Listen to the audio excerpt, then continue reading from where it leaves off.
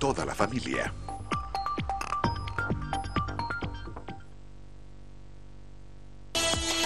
TEN, Televisión Educativa Nacional de Honduras presenta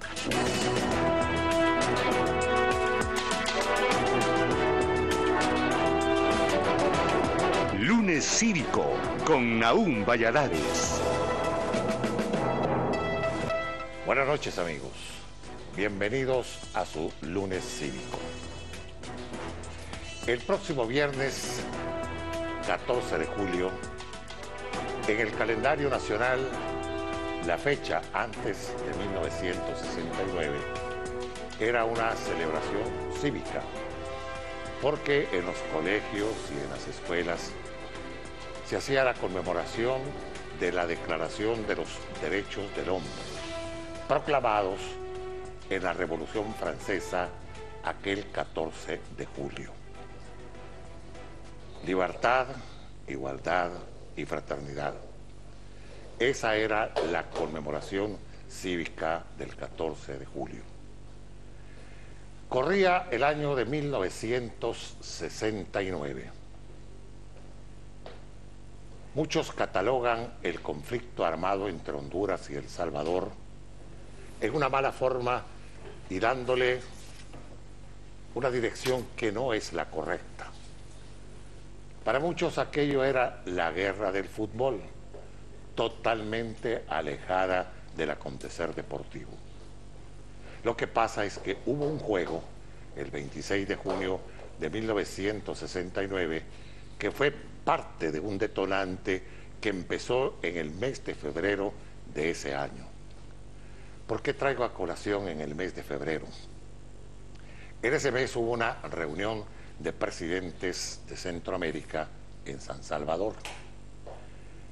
Y ya habían habido ciertos problemas de penetración salvadoreña a territorio hondureño, especialmente en el lugar conocido como la Hacienda Dolores, que era de la familia Argueta, y en otras poblaciones fronterizas de los departamentos de Valle, La Paz, Lempira y Ocotepeque. Penetraciones que hacía la Guardia Nacional de El Salvador, acompañando a campesinos para que fueran a trabajar las tierras en la soberanía territorial hondureña. Pues en ese febrero del año de 1969, en la ocasión de esa reunión de presidentes de Centroamérica, acudió a la misma el general Osvaldo López Arellano, presidente constitucional de la República. Y ahí se hicieron unas demostraciones de repudio a la delegación hondureña, a tal grado que en el Hotel San Salvador, donde se hospedaba la delegación hondureña, llegaron varios grupos a estar hostigando en el hotel. Pasa el mes de febrero y empiezan a haber otros problemas, especialmente en Hacienda Dolores, de la familia Argueta. Todo esto empezó a motivar una serie de reacciones y despertó también el espíritu guerrero de algunos comandantes de la Guardia Nacional. Voy a mencionar algunos de ellos si la memoria no me falla. Uno era el general Alberto Medrano, era más conocido como el Chele Medrano, y el otro era el también coronel Mario de Jesús Velázquez, más conocido como el Diablo Velázquez. Empezaron a hacer teatro de operaciones para intimidar a las poblaciones fronterizas entre Honduras y El Salvador. El Chele Medrano, por el lado del oriente salvadoreño, o sea, dirigido hacia las poblaciones del sur nuestro, y el Diablo Velázquez por el lado occidental del Salvador, pero para nosotros también el lado occidental, por el lado de El Poy en Ocotepeque. Y así empezaron los problemas a tal grado que Honduras empezó a denunciar la penetración del ejército de la Guardia Nacional de El Salvador. Y lo hizo ante la Organización de Estados Americanos. Era canciller de la República el doctor Tiburcio Carías Castillo. Y así comenzó hasta que llegó el mes de julio. en el mes de julio, entre el 3 y el 14 de julio, se produjeron una serie de acontecimientos en la línea fronteriza. Honduras tenía sus acciones de defensa, pero no pensaba nunca de que hubiese habido una invasión. Pero ese espíritu guerrero del Chele Medrano, de Velázquez, de Fidel Torres, que era el ministro de la Defensa Nacional, y no podemos dejar a un lado también a Fidel Sánchez Hernández, que era el presidente de El Salvador. Y todo eso iba motivando una serie de problemas hasta que se desata la invasión de El Salvador el día 14 de julio. ¿Cuál es esta invasión? Comienza en el anochecer del 13 de julio y el día 14 en las primeras horas de la madrugada.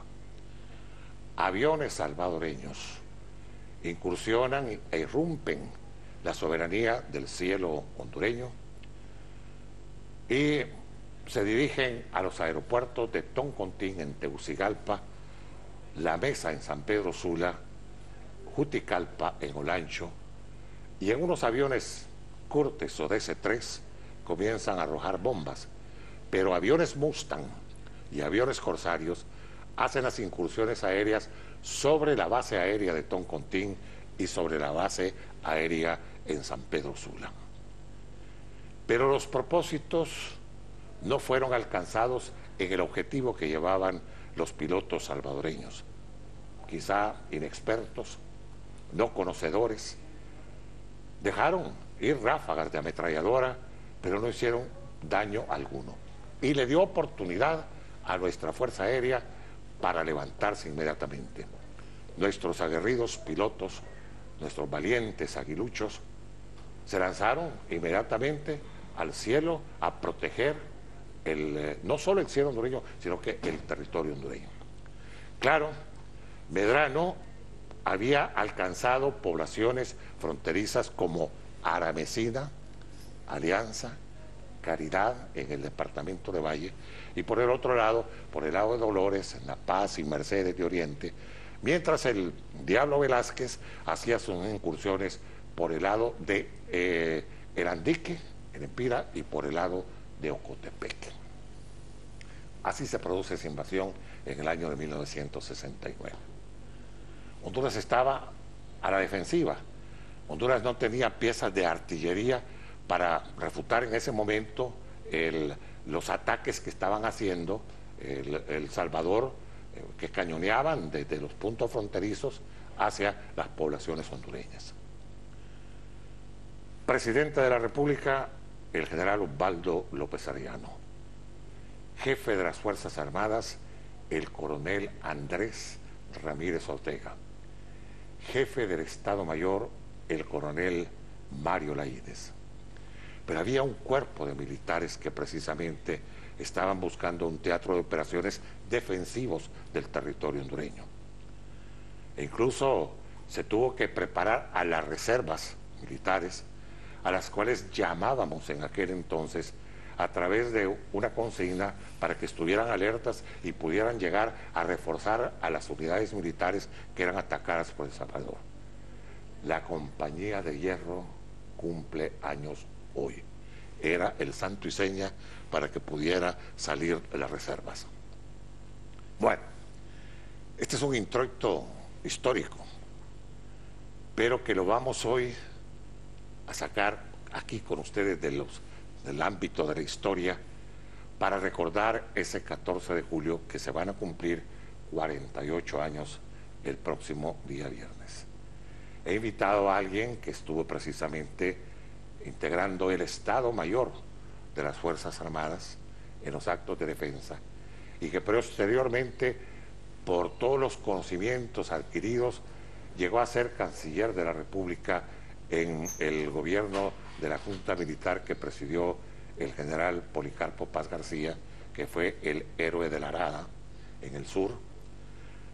Me refiero al coronel en condición de retiro, César Elvir Sierra. César. Mucho gusto. Bienvenido al programa, César. Vamos a platicar, César, un poco de esto y hacer unas remembranzas de aquel 14 de julio que ahora se van a cumplir los 48 años.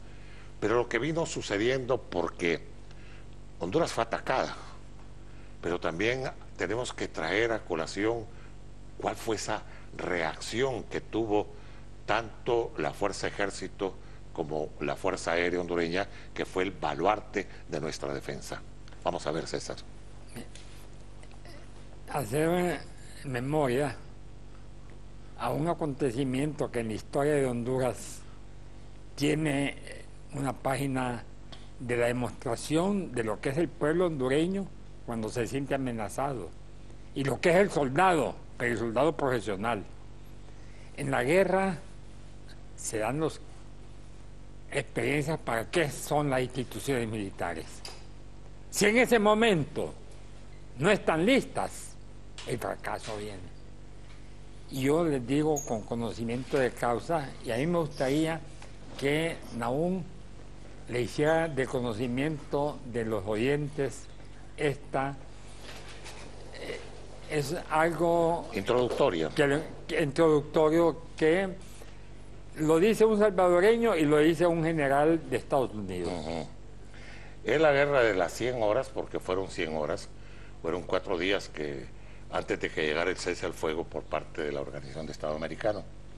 Y en la introducción se dice que la verdad histórica de la guerra de 1969 entre El Salvador y Honduras tiene un reto con la historia militar de Honduras por los rasgos de valor y patriotismo del soldado hondureño y el elevado coraje y tradición del pueblo hondureño cuando las amenazas oscurecen la integridad y soberanía de la nación. Solo unas pocas obras de investigación de nacionales se han hecho y hay buena base para continuar esta investigación. El autor de este comentario quiere dejar un testigo ilustrado de buenos colaboradores con pinturas al óleo de las operaciones militares llevadas a cabo durante la guerra de 100 horas de 1969. En cambio, en El Salvador existen muchas obras sobre este suceso histórico. El último, Una guerra breve y amarga, del escritor salvadoreño Carlos Pérez Pineda, financiado por la Dirección Nacional de Investigaciones de Cultura y Arte de la Secretaría de Cultura de la Presidencia de El Salvador en el 2016. Hago la cita siguiente. La cuestión de las bajas sufridas por los contendientes de la guerra de las 100 horas es muy problemática y probablemente nunca será esclarecida de manera concluyente.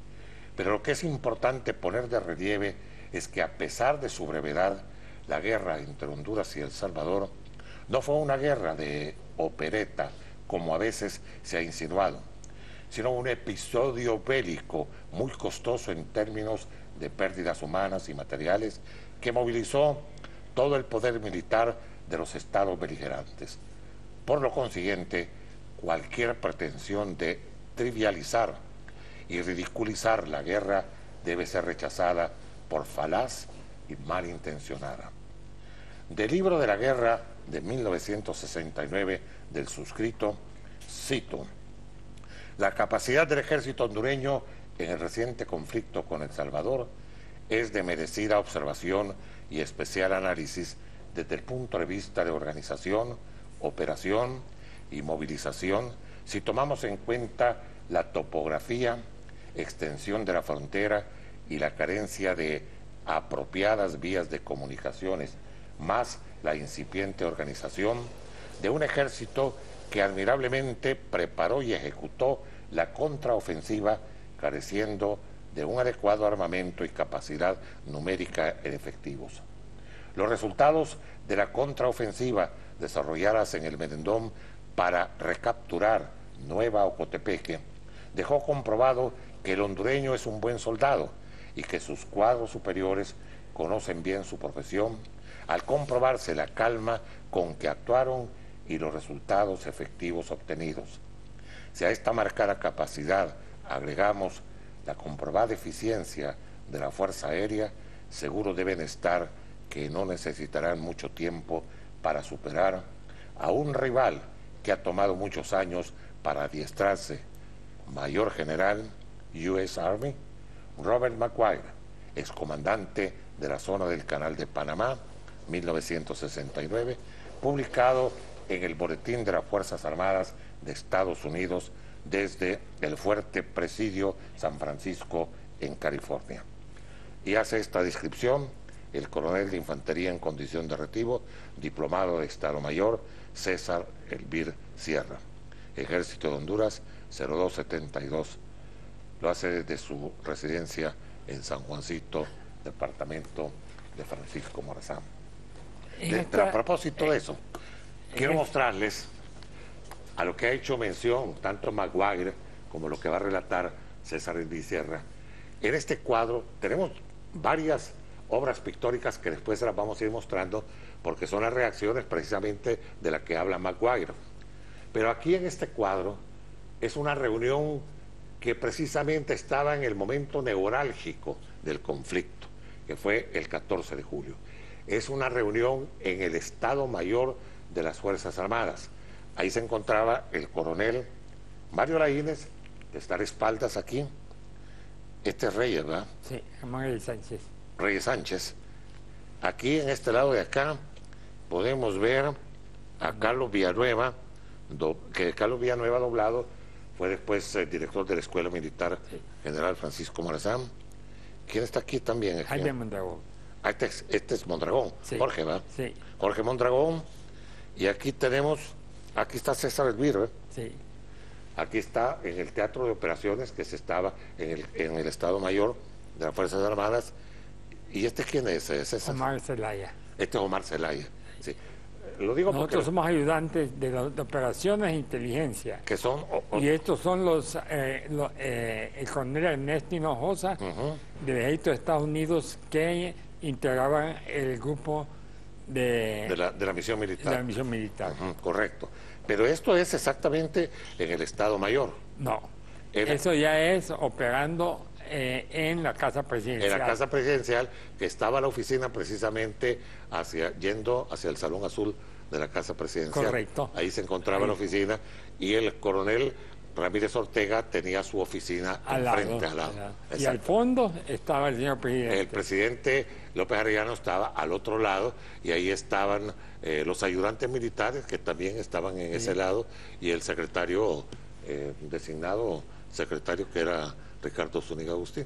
Bueno, ahora sigamos platicando sobre esto. Pero esa introducción pone en evidencia dos cosas que el pueblo hondureño debe aceptar que es una realidad. Primero, que hay quienes quieren hacer de la guerra algo como que fueron dos presidentes que decidieron jugar a la guerra.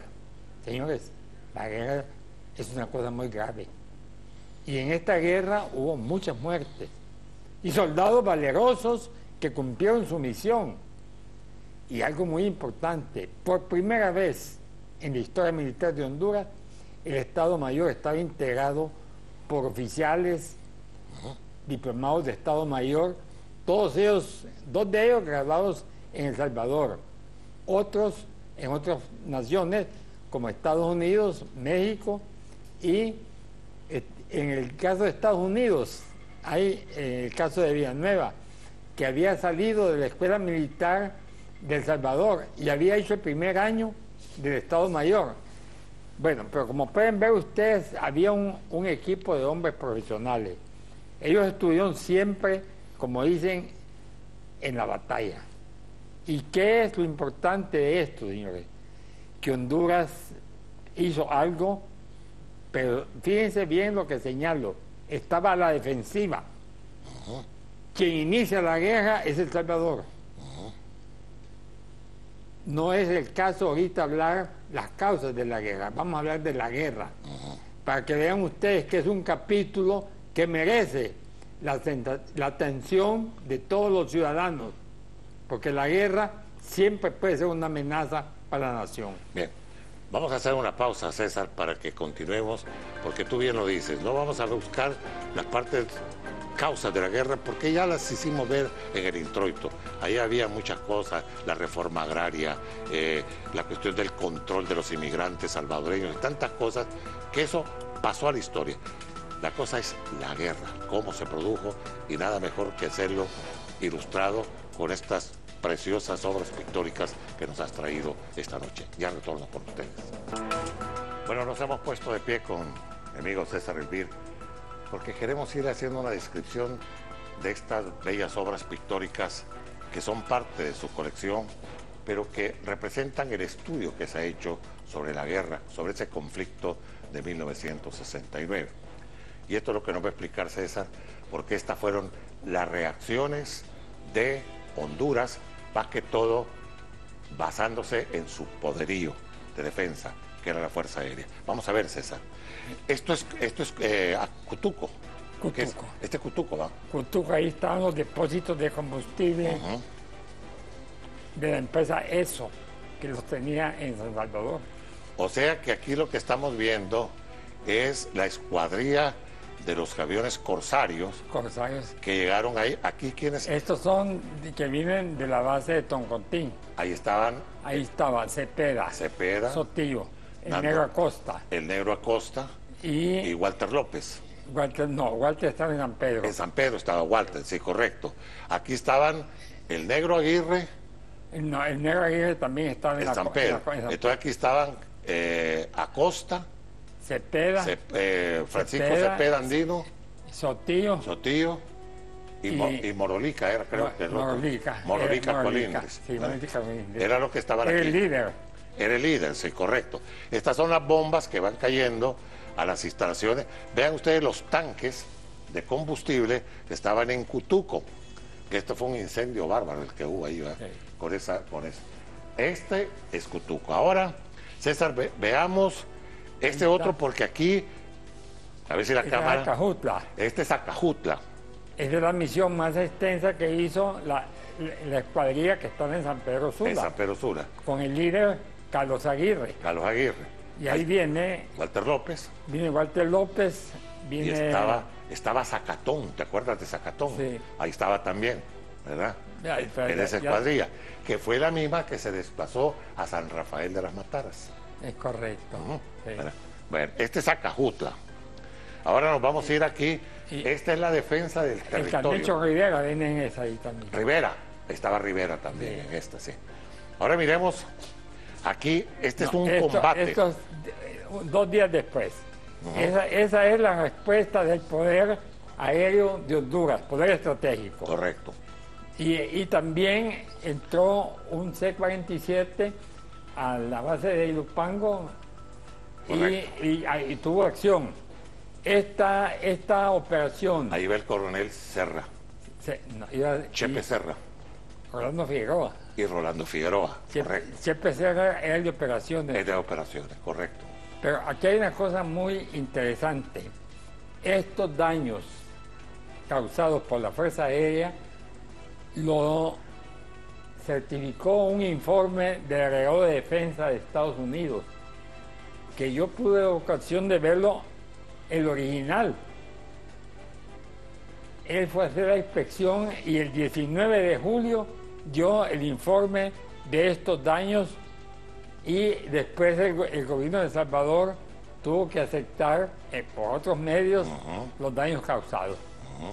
Bueno, pero esta batalla aérea que ven ustedes es precisamente la que se libró 2 días después, que fue precisamente sobre lo que nosotros conocemos en el sur como que la parte de la salida del río. Esta operación del sur es adelante del Huascorán. De Huascorán, ahí se llama, ya te voy a decir cómo se llama ahí, porque ahí fue... Los Amates, la costa de las Amates, la costa de los Amates. Ahí fue donde fue derribado el avión de Varela. Es correcto. Y el avión de Cortés.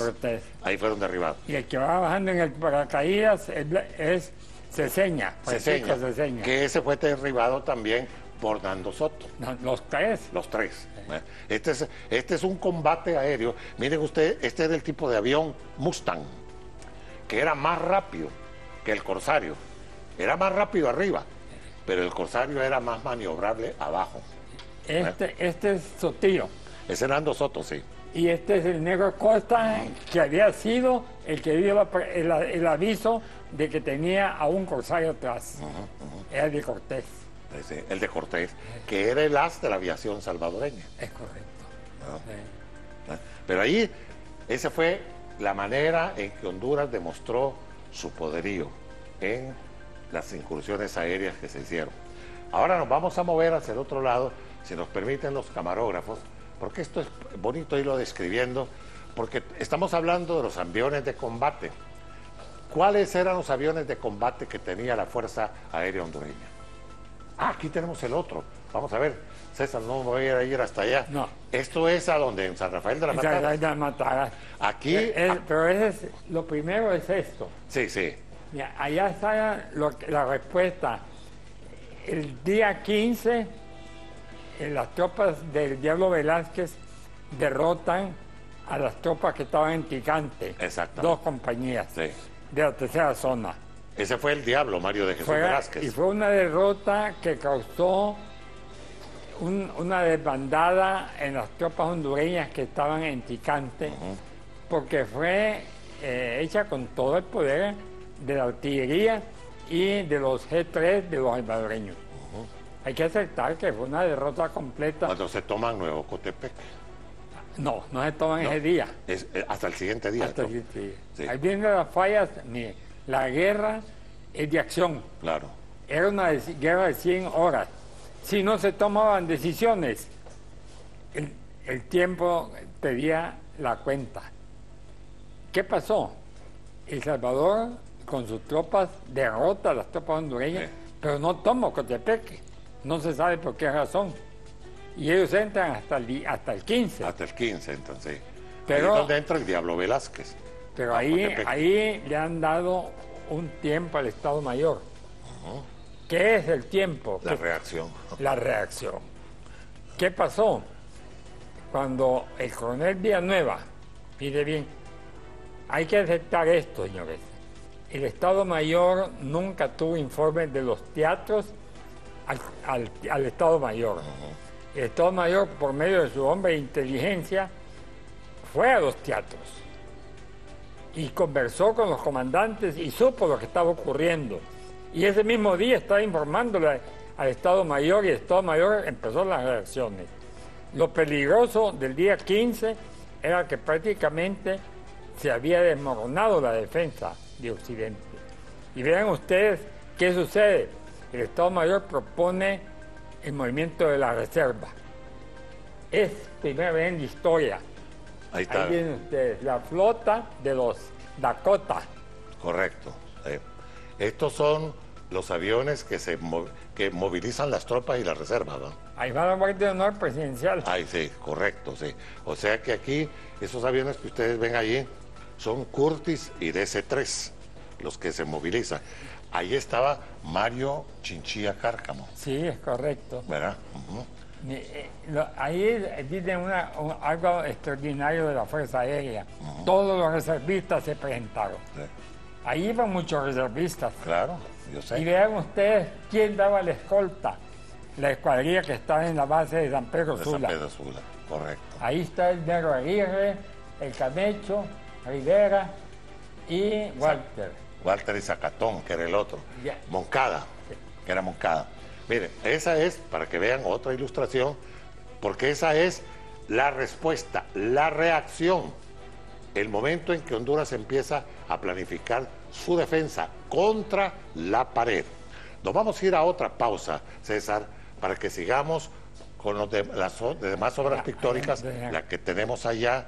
La contraofensiva ya. Esa sí, vamos a ir a la cronología. Terrestre, ya. Ya retornamos con ustedes para continuar con esta ilustración sobre el conflicto armado de 1969. Ya retorno. Bueno, vamos a seguir con esta narrativa ilustrada con las obras pictóricas que el coronel César Elví Sierra nos facilita para el desarrollo de nuestro programa de hoy, conmemorativo de los 48 años, el próximo viernes, de ese conflicto armado entre las repúblicas de Honduras y El Salvador. Vamos a ver, César. Teatro de operaciones del sur del país. El hombre que estaba encargado de ese teatro de operaciones defensivos era el coronel Policarpo Paz García, Correcto.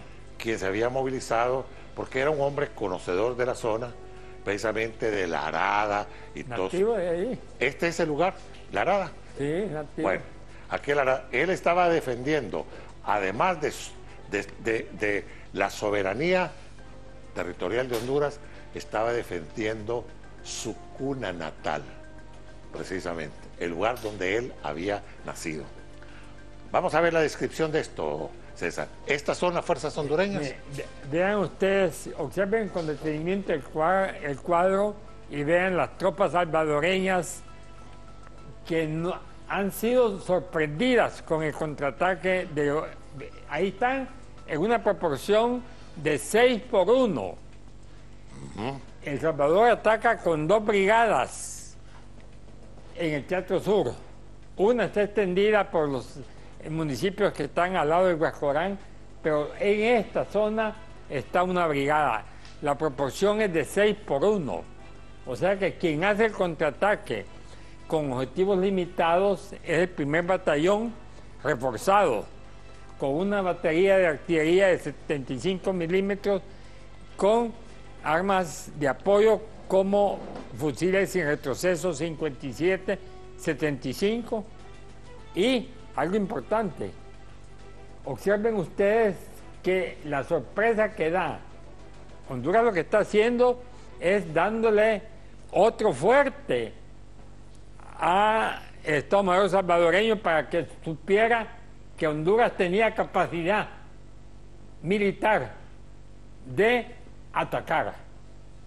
O sea que esta es la bajada desde el Cerro de la Arada, desde el otro lado. Allá están los dos cerros. Allá están los cerros, sí. Y las Fiches. Correcto. Allá están las dos. Hacia la planicie que va camino a Huascorán.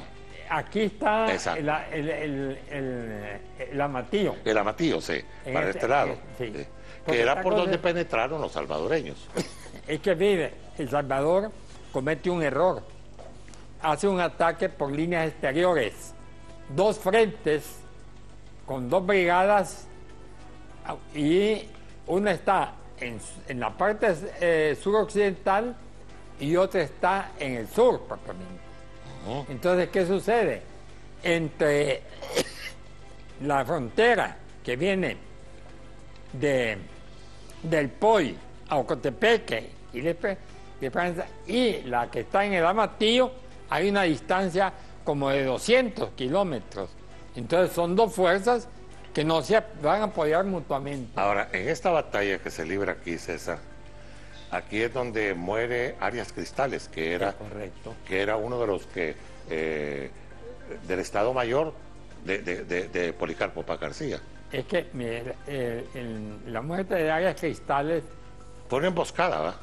No, sucede que el batallón, cuando se ubicó en la zona, mandó sus tropas, lo que llaman de reconocimiento. Ah, sí, sí. Iba O'Connor y Sí. Arias Cristales. Erin O'Connor. Erin O'Connor, sí. Y entonces, ¿qué sucedió?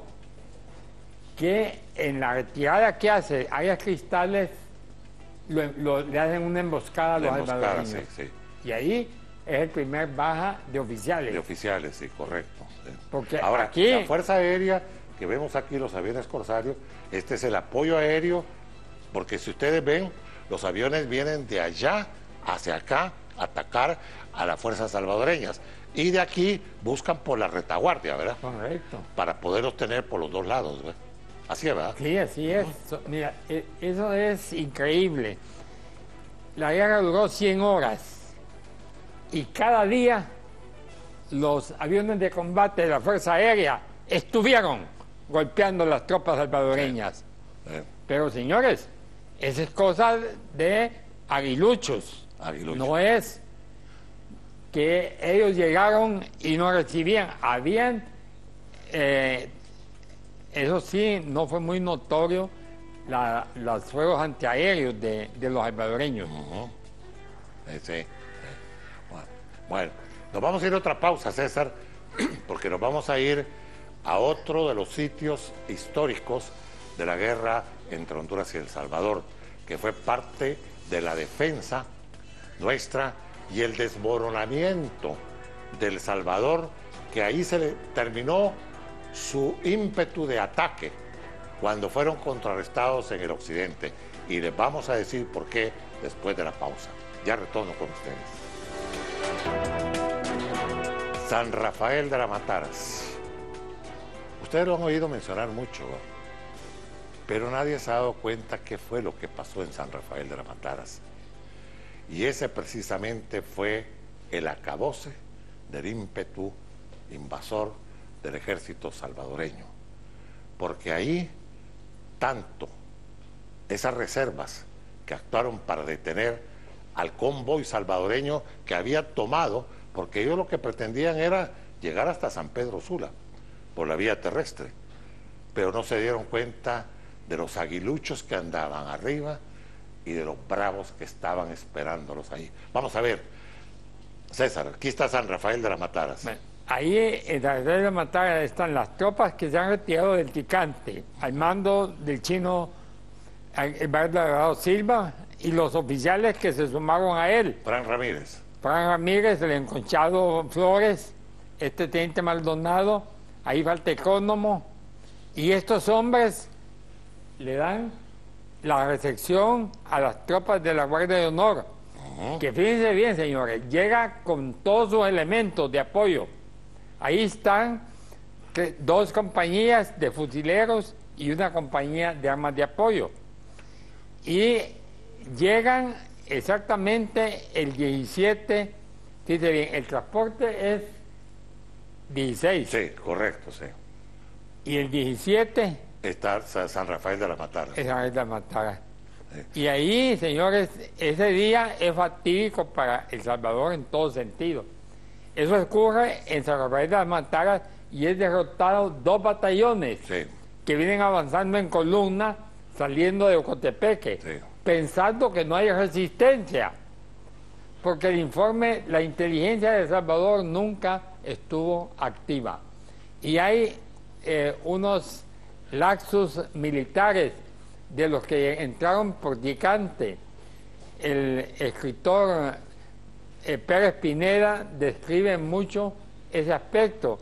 Dice que en El Salvador no se dieron cuenta que Honduras estaba moviendo tropas en la reserva, porque esta es la reserva del teatro de guerra. Observen ustedes que se hizo en plena guerra ese ejército. Es un puente aéreo. Sí. Históricamente los puentes aéreos han sido hechos por las grandes naciones, por ejemplo en el caso de Estados Unidos, cuando ayudó a Israel en la guerra de Yom Kippur, hizo un puente aéreo desde California, de las Carolinas, a Frankfurt y Israel. Sí. Bueno, pues ahí tienen ustedes toda una descripción. Ahora, nos vamos a ir aquí porque hacía César una mención sobre los oficiales que precisamente pusieron el detente antes de llegar a San Rafael de las Mataras. O sea que el convoy salvadoreño que avanzaba, como lo vieron ustedes, hasta con carros blindados, porque ellos avanzaban con todo, ¿va? Ellos iban para San Pedro Sula, seguramente querían ir a almorzar o a cenar a San Pedro Sula, pero no sabían que aquí estaban estos valientes. Aquí está el chino Silva, ¿va? Sí, frente. Y está Fran Ramírez. Fran Ramírez. ¿Y quién es este, el subteniente? Subteniente Maldonado. Maldonado es este, sí. Y el enconchado está en el fondo. Ah, correcto. Así decían los oficiales. Sí, sí, sí. Eran oficiales. Ellos estaban en el tercer batallón, ¿verdad? Exactamente. Tercer batallón. Sí, Sí. tercer batallón. Bueno, pues, Hay que destacar siempre eso, fíjate, el tercer batallón en la batalla del Tecante perdió 32 soldados. Ahí fallece combatiendo 2 oficiales, Alanis Lagos y el capitán Bonilla. Esa es pero de los oficiales. Pero como en Ticante en realidad la cuantificación de las bajas está en la tercera zona y el tercer batallón, con mayor número el tercer batallón. Ahí hay que hablar de las cosas que ocurrían en Honduras. Honduras solo disponía de 3 batallones TOE y combatieron 2 batallones, el tercero en Occidente y el primero que mantuvo, fíjense bien, la defensa total en el sur. Ahí no penetraron los salvadoreños. ya, César, y es bueno aclarar varias cosas, porque la verdad tenemos que hablar de la valentía de los soldados hondureños. pero también tenemos que hablar de las deficiencias que existieron antes de la guerra. Por ejemplo, el número de efectivos que se suponía que existían en el lado de Occidente, por el lado de Copán hacia el lado de Ocotepeque, que eso lo tenía Arnaldo Alvarado, el coronel Arnaldo Alvarado, y ahí falló. Mucha falla muy grande. Muy grande, a tal grado que si no hubiera sido por esa movilización de las reservas y por el tercer batallón en su desplazamiento, hubieran entrado los salvadoreños más. Sí, entra. Claro, gente. Sí.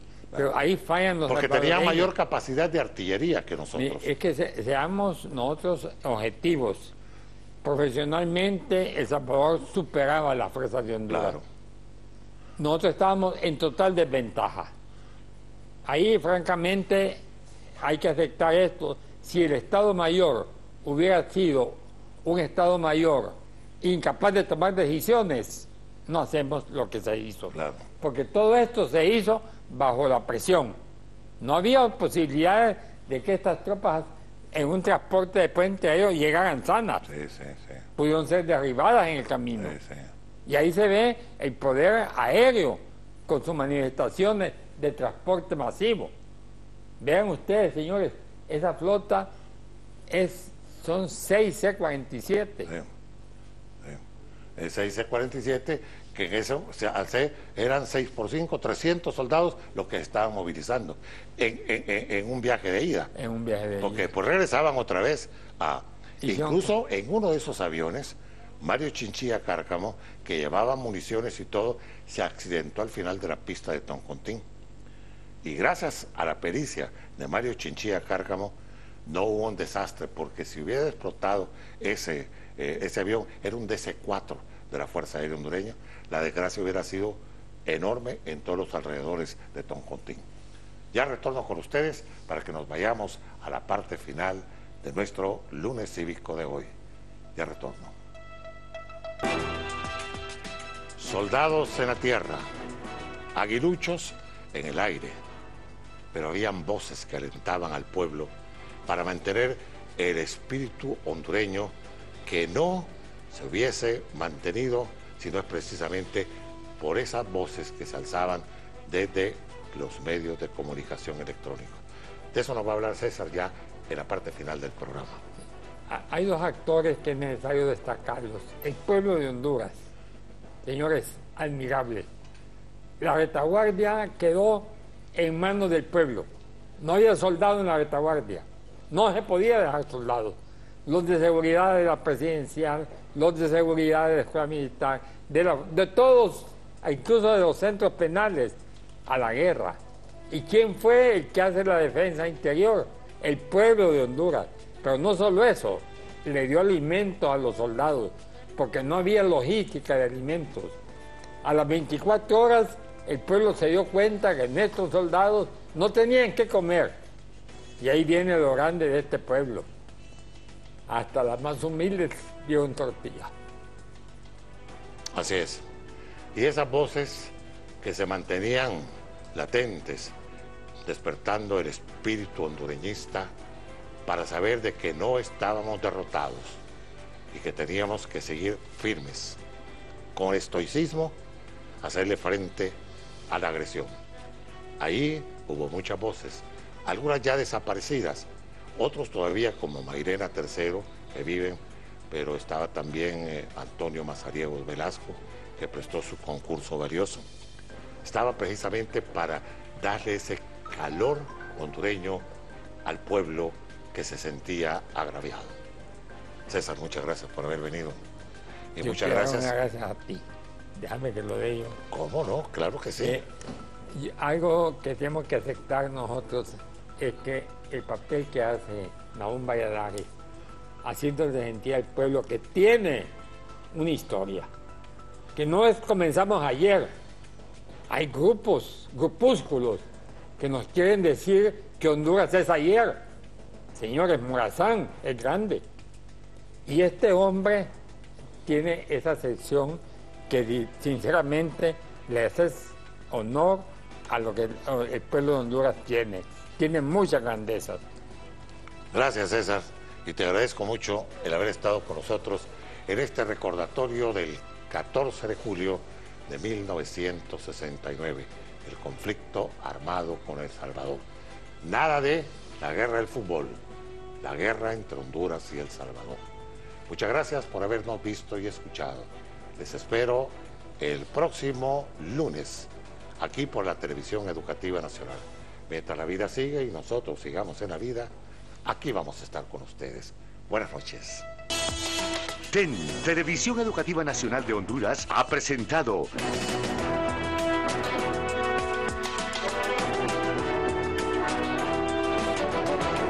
Lunes Cívico con Nahum Valladares.